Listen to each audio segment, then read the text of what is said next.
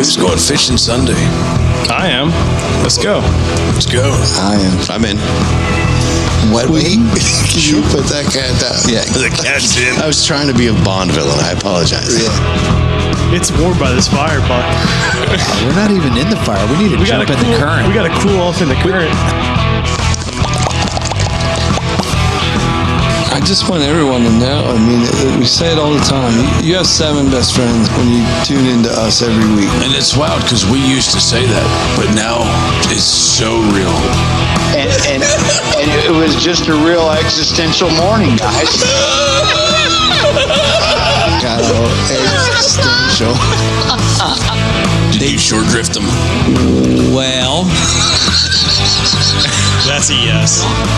that's what the Canadians say. No bueno. No bueno.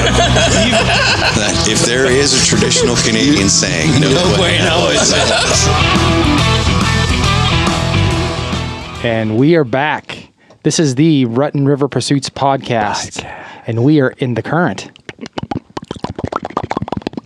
This is Reality Outdoor Radio, where our mission is to get you in the outdoors by connecting you with the people, skills, and products you can trust. You can trust them. Yes, you can. My name is Brian. Who do I have around the table with me this evening? I'm Will. Hey, I'm Ryan. I'm Steve. How you doing, guys? What's going on, buddy? Not much. Good to be here. Hey, you know what? What's that? Bucky's not here, but you know what he's going to do for us? What's that? He's going to tell us about this month's sponsor. Bucky, go ahead and hit us with it. Hey, I'll tell you guys about this month's sponsor, and we are fired up for him. Smoke in the Grove. You can't get any more American than a good old barbecue competition. Mm-hmm. This year's Red Hot competition is being brought to you by Kenny's Market, your hometown market. Love that market. And is being held July 26th and 27th in Spring Grove, Pennsylvania. Come on out Friday night to kick things off with the First Responder Cup, People's Choice Wing Competition, and cap off the night with some live entertainment by Brittany Opperman. And you'll not want to miss the main event on Saturday, where teams will be competing in a Kansas City Barbecue Society sanctioned state championship event. The winner qualifies for the Jack Daniels World Championship in Lynchburg, Tennessee, and the American Royale in Kansas City, Missouri. My mouth's watering. It's like a Royale with cheese. Teams will also be competing in the People's Choice Pork Contest. This colossal weekend will be capped off by a performance by Velveeta. Noise. Get all the details by searching Smoke in the Grove on Facebook and Instagram, as well as the website smokeinthegrove.com. That sounds good, doesn't it, Brian? Oh, absolutely, absolutely. What do you guys got going on? Well, you know, this is usually the part recently where Stevie jumps in and he's like, I caught a new world record. There are blow-ups everywhere. But I would like to open this current up with a disclaimer. Kayaks! Anybody who's here to get an update on what Stevie's been up to, Ain't gonna you happen. better wait till next week. Nothing. Stevie, kick back and relax, bud. So we got a story to tell you. Well, let's get cracking because I'm itching to hear about this. Yeah. See, everybody else around the table, Steve, Yeah. we had a bit of a weekend. We did. Yes, we did. We did a thing. You did a thing. We sure did. I saw bud. pictures of several things done. There were some doings. We went to Underhill Forge over there in E-Town, and we visited with Jay. He's in no man's land. So Really? Like it's like Hummelstown, Middletown. Like if you got E-Town, you triangulate it all, and he's in the Oh, I got And you got now. J-Town right in the center. He's got the trifecta. yeah. He's in like the triangle. Oh, yeah. Yeah. No kidding. Ryan lives in the Bermudian Triangle. That's true. Really? It's true. Yep. Oh, I guess it is a Bermudian Triangle. Yeah, right across the road, it's a whole different county. Oh, man. No, I mean, man. that's why they call this county line road. County Now I'm line. giving away Makes my sense. location a little too specifically. Uh-oh. Back off, stalkers. Might want to edit that one. Anyway, So about this Jay character. character. Yeah. Yeah, tell me more. So we got an invite Yeah. to come down to the forge and participate in a knife making weekend. There's a How little odd. knife That making never, sesh. like, that's not something sesh. that that you just don't throw out invitations for the weekend, right? Not around Rutten Rivers. But Jay's not just, throwing this out to whoever. Like this is a big deal. Yeah, no, this is premeditated. A privilege, yeah. Oh yeah, absolutely. I mean, we've talked with Jay before when we've done the Donegal show. Yeah. Shows actually. I think we've had him on several times, and we're going to be having him on as a guest this month in All American July. Yes, we are. That's great. So stay tuned to hear a lot more from Jay about what they're doing down there at Underhill. But what we're here to tell you about, isn't about what they do at Underhill Forge. Yeah. It's about what we did. So this was a whole weekend, right? Yeah. Yes, sir. Saturday and Sunday. Saturday morning. Like Saturday morning. I think it's like I'm glad he's not selling any of our stuff because What are you talking about? because it's I have heirloom quality product that I brought home. Really? with me. I feel like it's good enough for my family. Yes. But that's about it. Like Yeah. it's functional. I agree. My knives are functional. They it cut. cuts. Yeah. Well, it cuts pretty good, bud. Cut my Yeah. finger to little bits. Did you? Yeah. A few days out, and he's polishing his blade. But to get back to it, I mean, we got an invite to come down and participate in what he offers, which is a knife making class. Yeah. Yeah.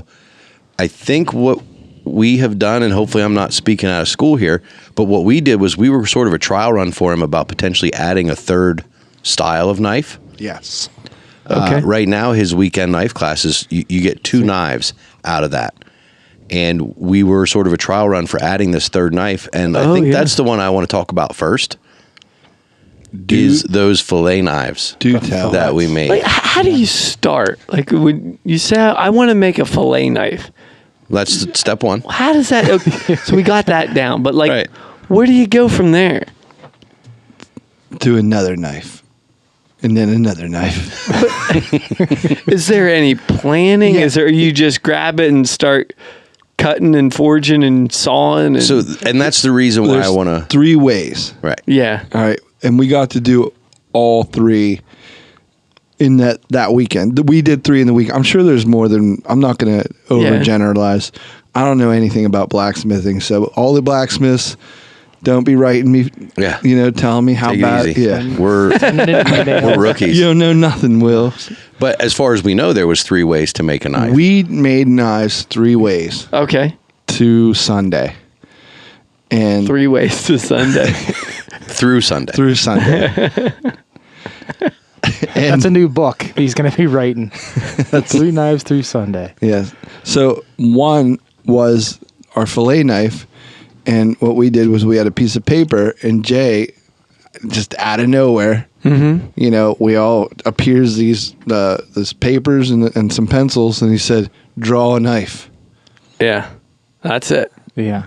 There was a preset area that was keep probably, it inside the lines. Yeah, 8 inches by 1.5 inches, and said, draw the outline of your knife in this square, in this box. And there were several different renderings, if you will, that each one of us did. And then he said, circle or put an X by the one you want to make. The templates that he offered that we had to stay inside those lines, there was 4 on a sheet. So you really could kind of get a little creative, where you could go super traditional or a combination of it, and then just kind of step back and look at it. Decide which one you really like the best. Did you guys do any research before going there to understand what they've got signal. So there were, I think, members of our group that were Google image searching. really There's a rock solid Wi-Fi. is there? Yeah. How many megabytes he got? 8,000. I should have tested You to see if should've. mine was There's speed better. test. Yeah. Do my little Xfinity speed tests. Now is that Wi-Fi included with the course if someone signs up? Yeah, but you're never gonna get the password. It's like I'm not even sure the dude like Hugh Jackman from Swordfish could do it. No way.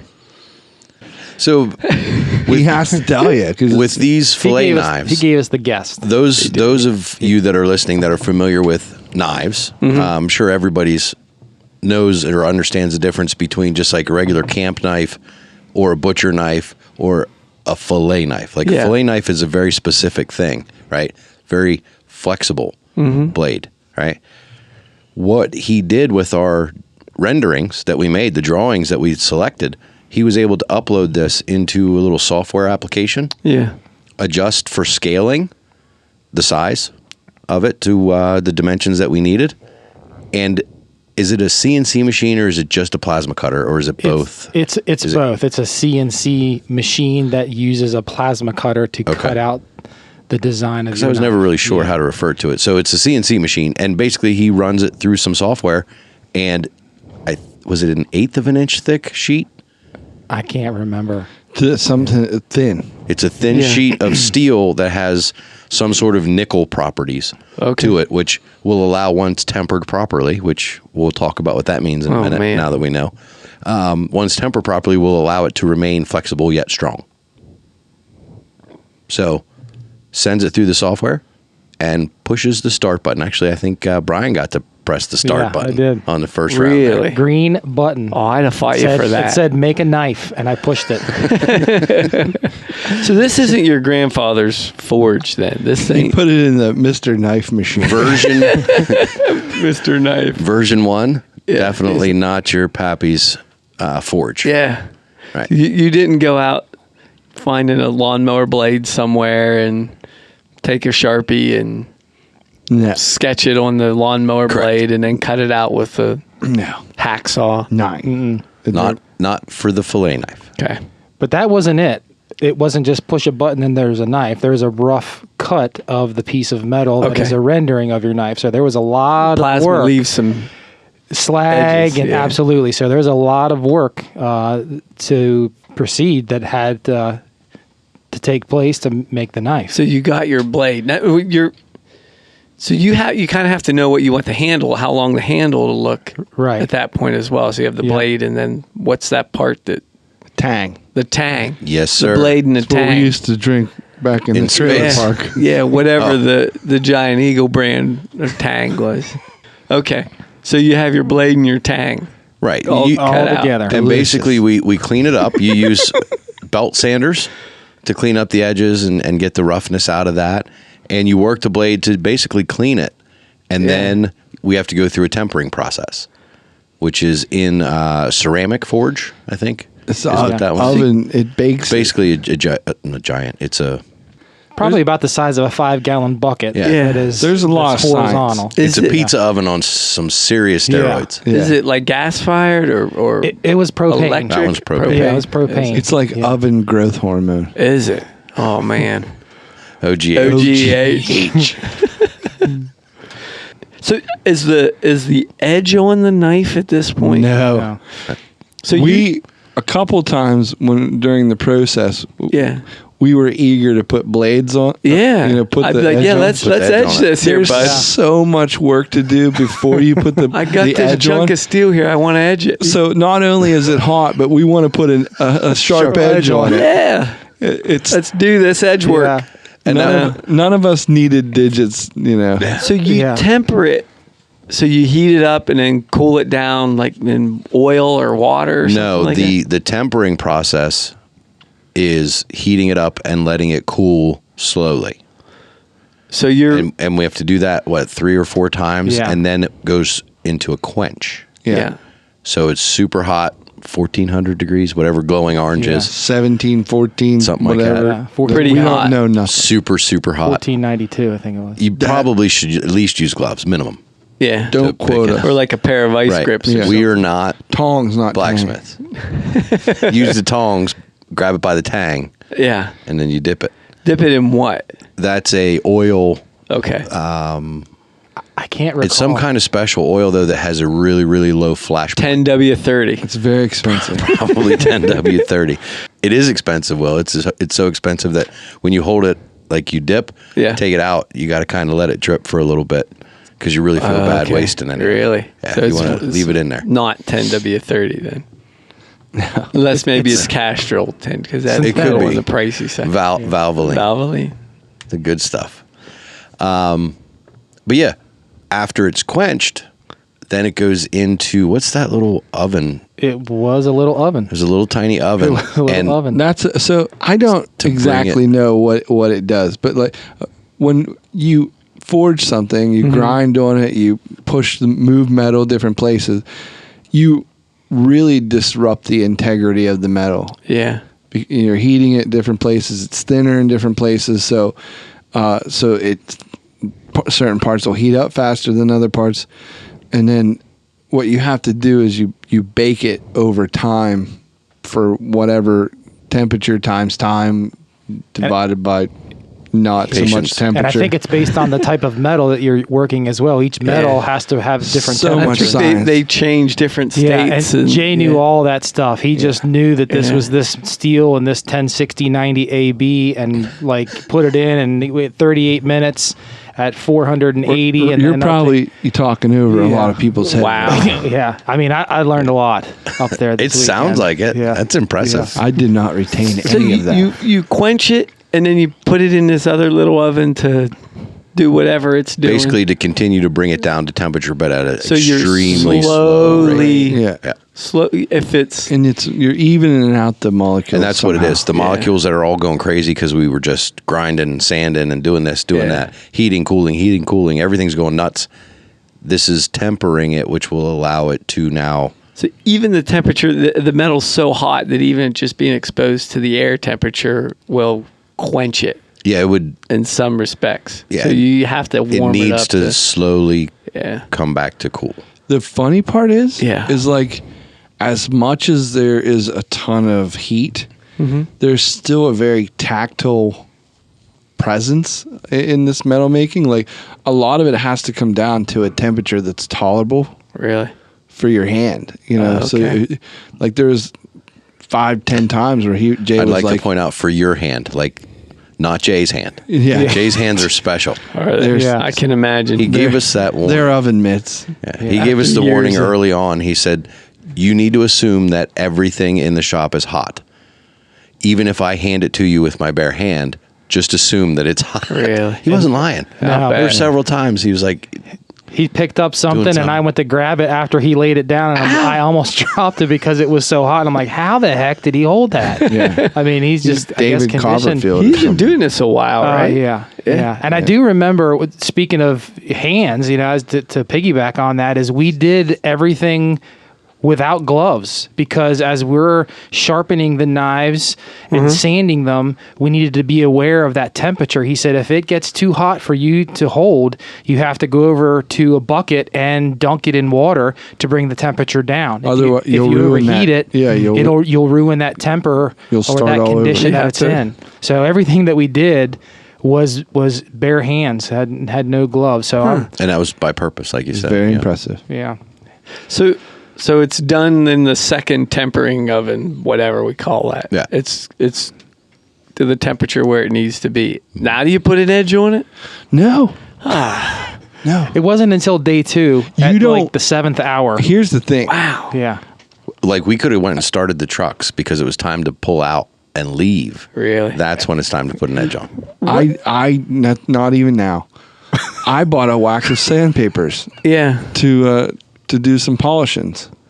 And You still have polishings to do. I still had some. Yeah, Really? you can't do Even after everything in 2 days. holy buckets. Oh no! But I wanted to get some polishings done. So what I do, I start doing it, and what happens? I put an edge on my blade, Yeah. and I got half an index finger right now. No kidding. That's the last thing you want to do when you're handling blades is to have an edge on there. Like I should not have. So an why edge. were you hammering them? So after it's we We didn't hammer those at all. So that didn't? that was just that was the a cutout. fillet knife. That was the one through the okay. plasma cutter. Okay. Yeah. But we're still not done with it because what's it missing? What haven't we talked about yet? It doesn't have a handle. Attaboy. It's got a tang, but nothing around it. You know it. No It's scales. got a bare tang. Yeah. Scaleless tang. We couldn't Technology. We couldn't handle it on day one. You know what I'm saying? Get what I did there? I saw what he did. Couldn't handle it. Hey, didn't you guys have some? What did you have for lunch on Saturday. 'Cause we're probably got to be about lunchtime. Yeah. In the story now, right? I mean, we're jumping around a little bit because we're talking about different steps in the process. I'm sorry. That's how I think. But that's the nice thing. And just before we talk about the amazing food that we had, linearly, that's the really nice thing about a weekend class like this that Jay's putting on. Yeah. These guys know what they're doing, and they can overlap processes.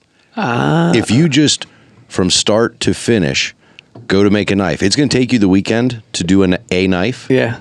But you're going to have a ton of downtime. So you might only really be working a couple hours Right. when you're normally.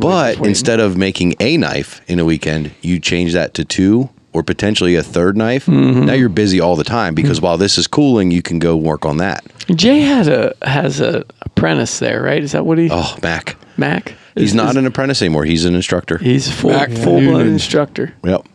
Yeah, he's a good dude. He's so knowledgeable too. I mean, Yeah. Jay's taught him a lot. I don't know if he's taught him everything Who knows? that he knows, but like That'd probably take a while. the man's full of information. Is he? And again, don't want to jump ahead in the story, but my son came along on Sunday, Yeah. and Mac really took care of him because he seemed, I guess, maybe a little bored. He was trying to do some video footage for us and stuff. Mm-hmm. And Mac saw him standing there and was just like, you know what? Let's go fire up the forge. We can do a quick one-day knife with him. And they let him make a knife. Nice. Just because he just felt bad for him. That's He was cool. just watching us A pity do all knife. these cool epic pity things. knife. He let It him was make a a pity knife. nice looking pity knife though. Yeah, it was pretty cool. So anyway, sorry. So back to lunchtime. Back to lunch. Or were we talking about? I wouldn't choose it. I mean, it's not something Really? I would have chosen. I just like not, you wouldn't if you order had it a in a menu. not in my restaurant. wheelhouse, you know. What was it? My genius zone. It was blackened tilapia. Really? Yeah. Really? Yeah. Local caught. Yeah. Yeah. Right in Susquehanna. So turns out Jay is more than a master bladesmith. Yeah. He's a It's foodsmith. he's a foodsmith, a spice smith, if Oh, you will. wow. He Well. makes all his own spices. No kidding. And the side dish with the tilapia was, I don't know if it's got a name for that kind of a rice dish, but rice with some corn and extra. I think it had red beans in it. Yeah, red beans. Yep. Yeah. Some corns? Corn. Yeah. Red beans and rice. It was delicious. You get that at That's Popeyes, delicious. I think. I'll tell you what, it was good. Was it? Yeah. Some Louisiana And it stuff. isn't, Yeah. I wanted to see what Will's take on this was. You know, it isn't something you would have picked from a menu, but how good was it? It was pretty tasty. Yeah. How do you cook it? How do you blacken tilapia? Slap around a little. All right. Just beat it up, knock it around. If you talk to it twice, you've said too many times. He had a grill I don't out know. there. He had a grill out there that was a normal grill with slots, a slotted Slotted. grill, and the other side was flat top.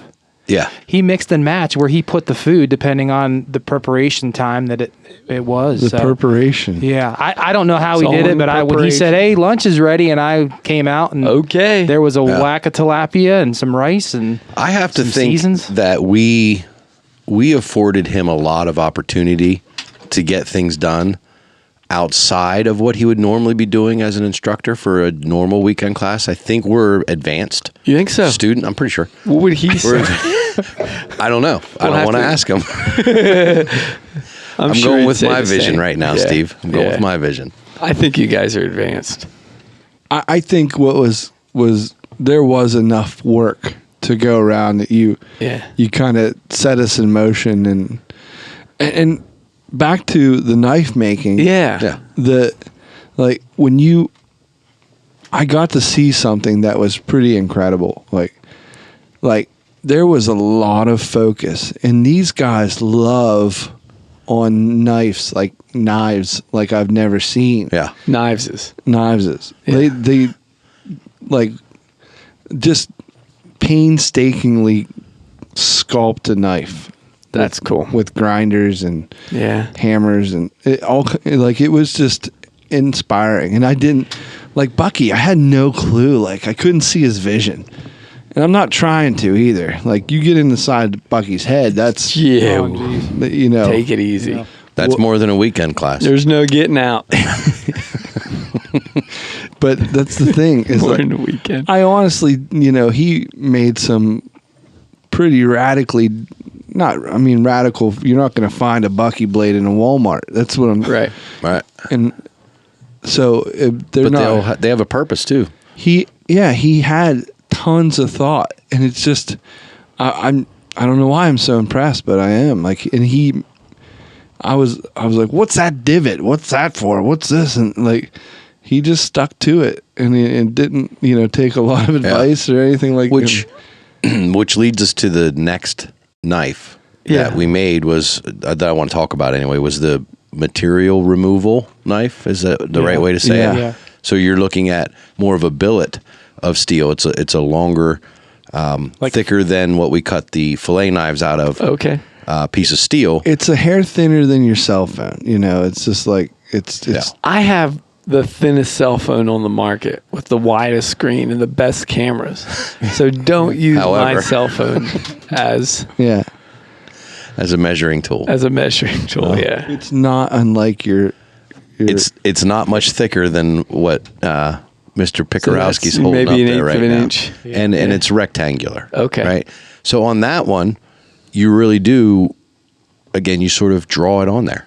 Yeah. Right? Yeah, he had You the get same an clipboard with a piece of paper Right. and the size flat stock that we were going to use to make the knife. And he said, draw the knife inside this box.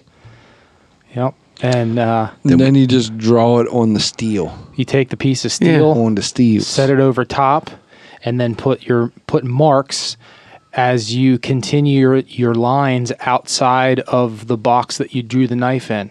And as you did that, basically you connected the dots through the paper onto the steel, back onto the paper. Maybe people will understand that. And that is a hard concept, I think, sonically to convey. But we transferred it from the paper to the steel. Okay. And then you use an angle grinder to cut away the straight lines. So you didn't use the plasma extra cutter material. for this one? No. No. One time. Plasma grind. One time. Just for the fillets. Okay. Onto these, then you use the angle grinder to just remove the extra material from your Flat stock? From the flat stock. That's the word Okay. I couldn't think of. So From the flat stock, of you're steel. removing the material Old in straight lines. perfect memory over here.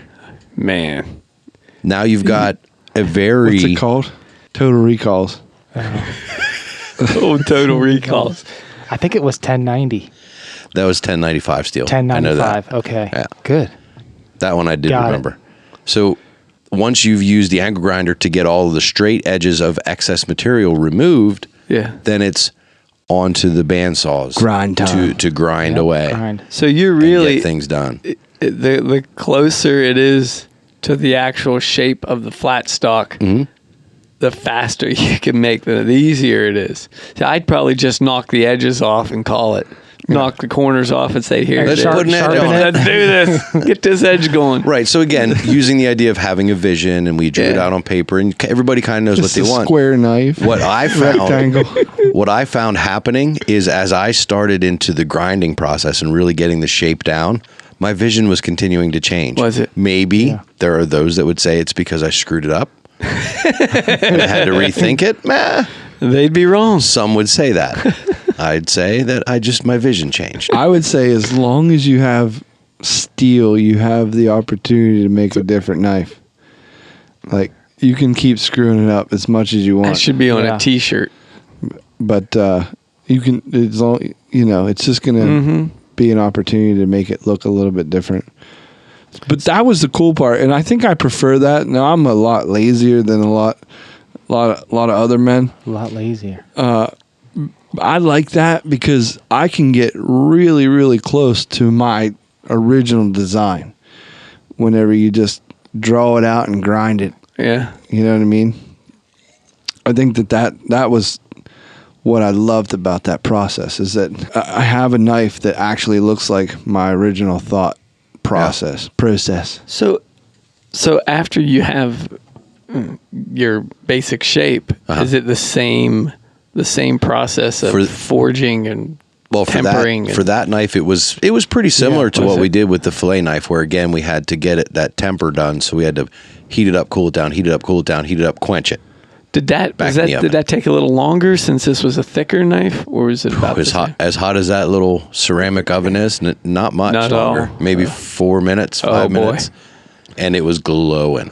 Yeah. Check out the Instagrams. Yeah, we had lots of videos. It shows going all around. the pictures. And the cool part about it was you really learned. So each process, you learned something out of it. And in this second knife, you're on the grinders a long time. Really? So you're going to make mistakes, but you really get somewhat comfortable with the grinders. Yeah, and he had 3 or 4 different grinders going. Some had a 3-inch radius, I believe, and an 8-inch radius. So you depending didn't have on to wait. 2-inch radius 2-inch radius for that little divot deal. Yeah, and the larger radius, I don't know what that. I thought it was 8-inch, but 6 or 8. Yeah, you can use each grinder on your knife depending on what part of the knife you were working on. So we were bouncing around. You know, if Ryan was working on the handle and he did the 2-inch radius, I went over to the other one and worked on the back where I got it flat. So yeah, there was a lot of grinding after that second type of knife. So I want to make sure that we talk about day 2. Yeah. And its lunch. Yeah. Should we talk about the third and final style of knife? Third style, because then Tell me day 2 was a whole different. Yeah. Tell me about Day. the third style knife. This was a fully forged knife.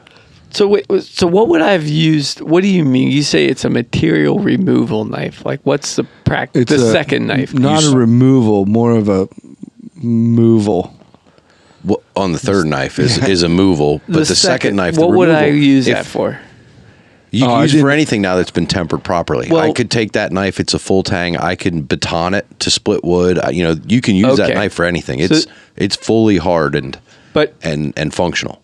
so hunting, Survival. Okay. Yeah. Perfect. Yeah, that's depends- just a nice all around kit. Okay. knife. And All depending on purpose. your design that you made, That's a big that- thing. Yeah. If you had a knife for Gotcha. a shape, some may use it for skinning because Yeah, the that was blade the- was round. I If you had made a traditional Skinner.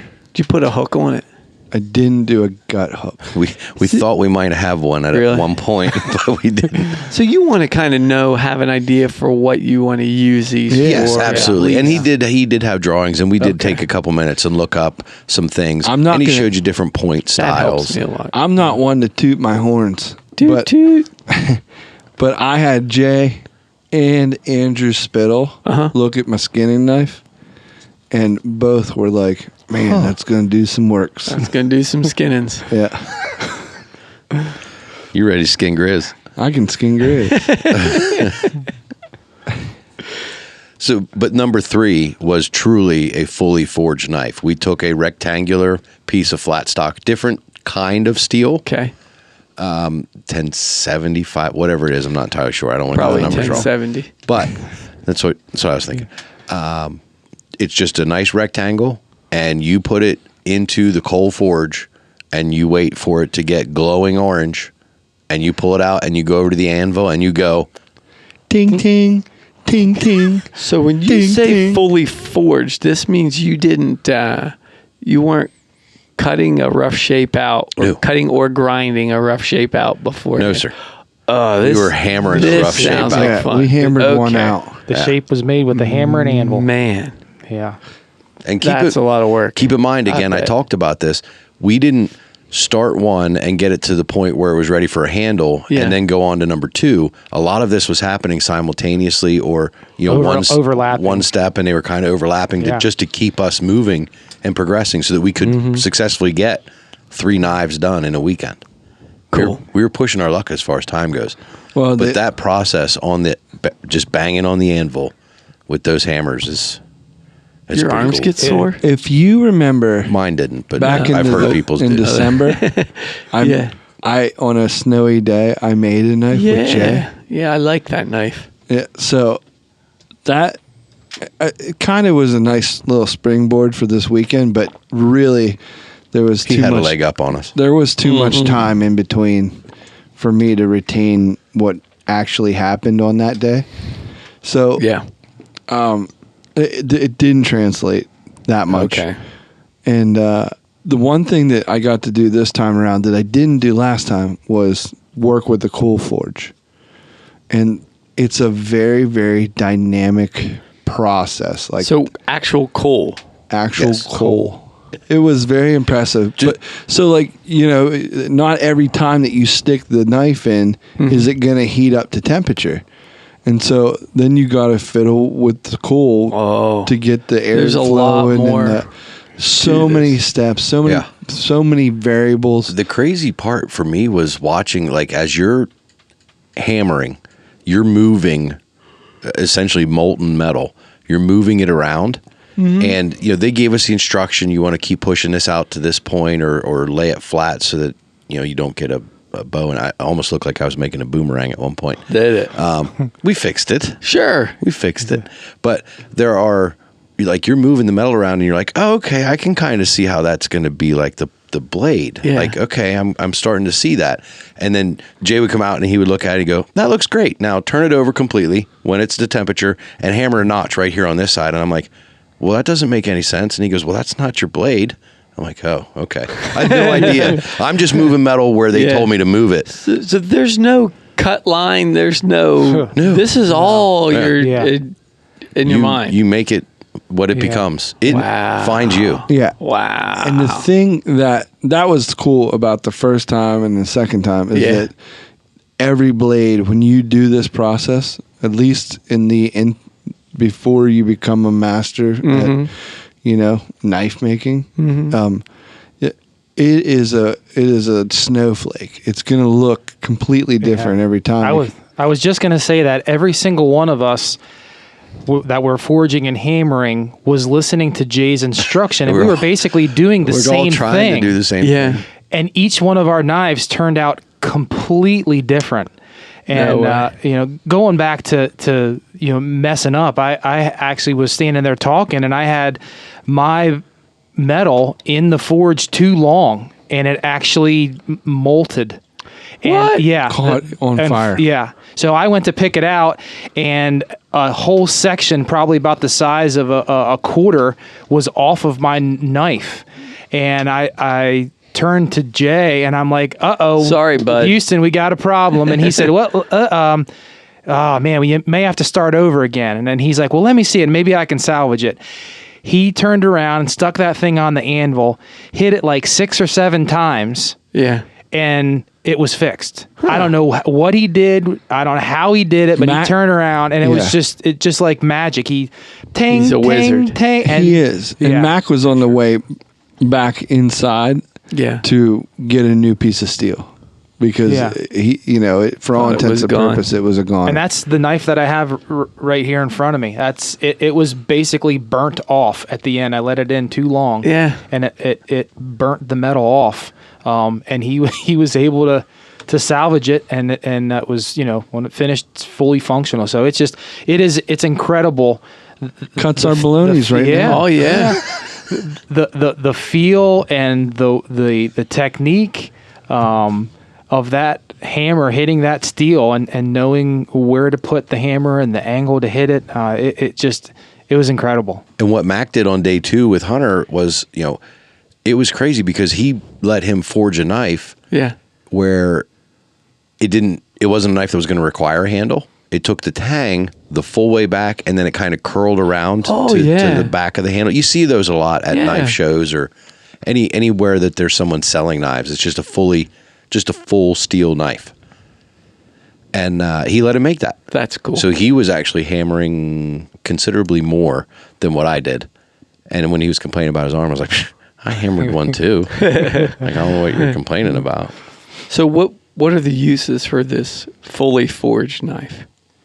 This is heavy. There's some some meat here. Yeah. And both the fully forged where I ended up and the knife that I did the material removal process with, both of those for me ended up in like a perfect camp knife.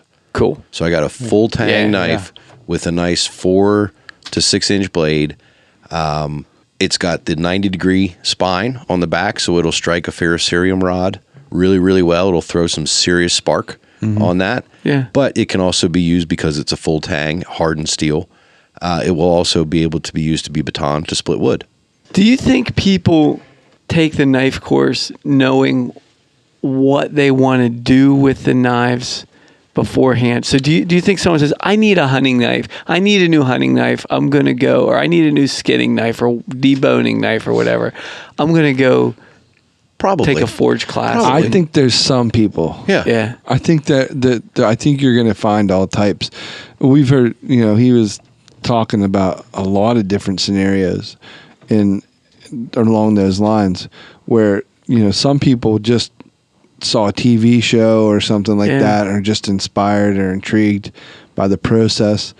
Other people have, been woodworkers or something like that all their lives and never did metalworking. So, it's just another step, another level. And there's a bunch of different scenarios. And you don't have to have any skill set prior to make a knife. That was one of the cool things. I think we made that pretty obvious. Because I truly believe it, and I'm going to keep saying go back to the Instagram and check it out. Yeah. Because Some of them aren't even up yet, and there will be more as we go. Right. How was lunch on day 2? I am glad you asked. Yes, sir. So, day 2's lunch, I can't begin to describe it. I want you guys to talk about the main course for me, because I need to really touch on that side dish. Meat. Tender meat. He did a sous vide, is that right? Sous vide, yeah. Sous vide. A rump roast for like 48 days? No, 48 hours. something like that. Chuck roast. Not Norris, because even a blacksmith can't handle that. That's too tough. No. That meat's too tough. But whatever it was delicious. It was delicious. Yeah, it was a chuck roast. I think you're right. Yeah. And did the sous vide for 48 hours. 48 hours he knows the temperature. And then, as Pick pointed out, he's got that grill. It's low temperature griddle. over 48 hours in a marinade. Yes. So then is what that is. But then he's got that grill/griddle down at the forge where he finished it off on the grill side, and basically he seared it then. So after it's fully cooked and it's been loved for 48 hours and it's ready. Or neglected, depend on who you talk to. Well, I guess me and Gordon Ramsay are both fools. How's that go? Some people call it overhandling. So he finishes it off on that griddle and grill and puts that crust on the outside, and then he sat there and pulled it apart. And I wouldn't say he even needed to pull it apart. He just kind of looked at it sideways, and it fell apart. It was so tender. Yeah. Unbelievable. But the kicker for me, and he had these beautiful like steak rolls. They weren't hot dog buns. They weren't Amorosa rolls or something. I don't know what they were. Split top. They were. It was just those themselves were little pieces of artwork. And he splits them open, and we fill it full of this meat. And he had made some like a au jus, to drizzle over the top. There's a barbecue au jus. Yes. Are you ready for this? Yeah. His side dish that he made was actually potato salad, but he deep fried the potatoes before he put them into potato salad. Yes. I never heard such a thing. I didn't know what to expect. Me either. Twice fried. But my word, if that wasn't delish. Oh, it was. So good. And he had like barbecue stuff going on inside it, and unbelievable. So good. Yeah. So Stevie, that's what lunch on day 2 was, and I know you're sorry you missed it. You deep fry the potatoes before you put them in the salad. Yeah. Oh. So you dice them up, deep fry them, and then turn it into potato salad. And you know what I told him? What? I told him he needs to go reach out to the Amish because he could teach him a thing or two about making some potato salad. Do they deep fry anything? I'm not sure. That's a good question. I heard the Mennonite for another time. We'll go into that later. So that's day 2's lunch. But you know what's left to do, Stevie? What don't we have yet? We haven't talked about the handle. We need to get a handle on this. I got to get a handle on this. We should. Tang. That's exactly where you put your that's handle. what we did. Look at we Stevie. put a handle on the tank. Space Kool-Aid. He's going to go down there next time we do this, and he's going to teach Jay a thing or two, I believe. Oh, dear goodness. I don't know. That's not possible. Not about knife making. I just want to see him try. Yeah. Stevie's going to add a glass layer to it somewhere. So when it came to the handles, like I'm thinking we're kind of down to the wire. We're getting close on time. It's after lunch, day 2. We've got a bunch of knives that need to be finished up here. Yeah. And we don't have a whole lot of time to do it. And then, you know what he does? He lays on all of these options as far as different kinds of wood. Like I'm thinking, okay, we're ready to put the scales on, right? The handle. And here's your wood, cut out a shape, and we'll sand it down and off you go. Yeah. No, he's like, here's some mahogany, here's some red oak, here's some Wenge, here's some Asiago chicken wing. I think he had poplar. Poppers. Poplars was there. I made up the Asiago chicken wing. It's delicious. But so many choices. It looked delicious. Yeah. Did it. And each one, you really didn't, I mean, you had an idea. I know what mahogany looks like when it's a finished product. It was a mahogany rush. But you don't really know how gorgeous it's going to look until they're pinned, you sand them down, and as Will would say, I didn't sand them nearly well enough. I never said anything. But you said it with your eyes, bud. Oh. But we hit them with some linseed oil, and Yes. the colors just popped on some of the stuff. Was there rosewood too? Was there? There might have been rosewood. Yeah. I think that's what you have is the rosewood. I think that one might be right there. Yeah, this is definitely rosewood. I got the mahoganies. 2 coats of linseed. Oh, you could tell. Uh-huh. Yeah, it's still, I mean, there's still work to be done. Like Will said, he was polishing his when he cut himself. I'm sure I'm going to be doing some work to the handle and sanding it down all the way up to 400 grit before I cut myself, but it's going to happen. Oh, 400 grit will get you in the door, dude. What did Bucky keep saying to me Dude, all weekend? I'm up to like 2,500 or 1,500. Yeah. No kidding. Bucky kept telling me all weekend, he's like, I kept saying, what do you think of my knife? What do you think of my knife? And he's like, it's not your knife yet. I'm like, what do you mean it's not my knife? This is my What's that knife. mean? I designed it. We're making it. He goes, a knife isn't your own until you cut yourself with it. Oh, Then all it my belongs knives to you forever. are mine now. That's all it takes. I'm going to own all your knives. Stevie can take a cut. Oh, yeah. Boys. So, I'm sorry I missed it. Stevie, did you do anything fun this I'm weekend? sorry I missed it. I'm sure you just had a blast. What did you do? We, Linseed oil, anything? yeah. Oh, I'll tell you what we did is real quick. I took, Go on. I took Here my we go. kids, 6 minutes. took my kids fishing, minutes. and me and my boy was sitting on a log in the lake on a tree that had fallen. It was like a Andy Griffith episode. Daddy, would you ever make a knife? But No, thankfully son. you didn't ask that. But we were just bluegill fishing, and we hooked one, and he was reeling it in, and all of a sudden saw this ridiculous splashing behind it. It's just never happened to me before. How many yards? Not even a yard, maybe 3 feet. Yeah, about 3 feet behind it, and it's crazy. And we get the bluegill out of the water, and there's a bass. I can see him sitting in the water, obviously, just staring at it. Like it Obviously. stopped. It hopped up on the log. It stopped, and it's just looking at this bluegill we have on the end of the hook. Did you tempt him to let it in the water?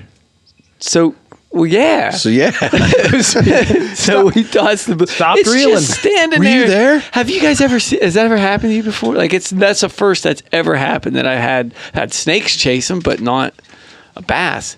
So we threw it back in, and this is an anticlimactic ending. The Spooked it. The blue. No, it was chasing. I had it, but the bluegill ended up wedging itself under some rocks and got broke off. But the bass was still snapping at it. Like I don't know what to do in that case next time. Hungry bass. Not use 4-pound line, I guess. That's step Oh, number there you 1, go. bud. Yep. Didn't that ever Bucky happen teach to you anyone? anything? No. No, because I don't use 4-pound frame. No. Have you ever been reeling in a panfish in a bass chase? And this was in like, I'm no lie, 4 inches of water. The only similar thing I've never had happen to me, but there was a kid that caught, he was just won a fly rod. Yeah. And he caught a little bluegill on it. And he was screaming from the pond. He's like, I caught one. I looked out across as he's water skiing this thing back. Yeah. You know, he's just stripping line, pulling this bluegill back. And then all of a sudden, whoof, you see the fly rod just went completely 90 degrees, flipped over. The kid's screaming and yelling. Yeah. But for about 3, maybe 4.5 seconds, he had a bass hooked on there. Yeah. Something just came up, took that bluegill, and then eventually it broke the tippet. That's too bad. That was 2-pound heartbreaker. Been there. No, that's it. That was the highlight of my week. Well, enough about you. It's probably good that it was just the 4 of us that could make it here tonight because, I mean, Bucky, of course, would have been able to chime in with a little bit of the story, but we wouldn't have had time to hear anything about DK. That was Guess really... you guys will have to cover that next week. So that was a good weekend. It was, bud. Yeah. Yes, it was incredible. Awesome. All right. Well, we did the current justice, I think, boys. Yeah. Me and Stevie's story was a little lackluster, but How do you follow Ours up was- a weekend at the Forge? ours was sharp and on point. Rabid bass or knife making. Yeah. Wow. Rabid bass. Can bass get rabies? We'll get someone on it. We'll answer that next week. Tune in next All week. right. and find out. next week. Well, don't forget, boys, this episode was brought to you in part by Moses Family Jerky. Mm-hmm. You got to head on over to mfjerky.com. Check out everything they got going on. mfjerky.com. Jerky, snack sticks, the coffees. They got it all. Check it out. Make sure you use that promo code. Jerky Pursuits 15. Get 15% off your entire order. The whole website, boys. Everything. Whole website, Everything. boys. Love me some MF Jerky. Hey, Stevie. Yeah. When they're not having rabid bass chase their sunnies and bluegills, where can they find us? Hop on over to RuttenRiverPursuits.com. Download the podcast on Apple Podcasts, Spotify, and the iHeartRadio. Man, I love that iHearts. We do heart stuff. iHeartRadio. Follow everyone individually or follow us as a group on Instagram, Twitter, and the Facebooks at Rutten River Pursuits. And don't forget to download those YouTubes at Rutten River Pursuits. Check 'em out. Podcast. Good stuff. All right. Thanks, guys. It was a great weekend to be in the current. Thank you, Pikarowski. Oh. Good job, buddy. Can I talk more about bluegill fishing? No, sir. Gotta go. All right. All right, guys. See you next time. See you. Get outdoors.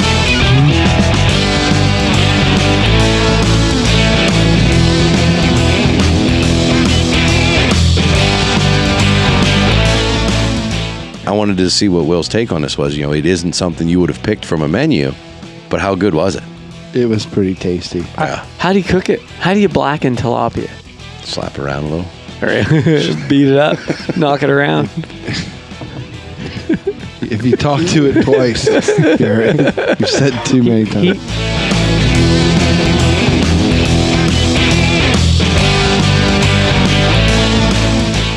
We afforded him a lot of opportunity to get things done outside of what he would normally be doing as an instructor for a normal weekend class. I think we're advanced. You think so? Student, I'm pretty sure. What would he say?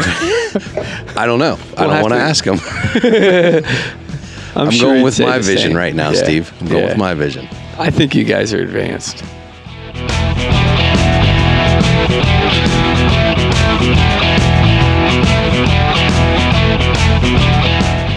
What I found happening is as I started into the grinding process and really getting the shape down, my vision was continuing to change. Was it? Maybe there are those that would say it's because I screwed it up and I had to rethink it. Meh. They'd be wrong. Some would say that. I'd say that my vision changed.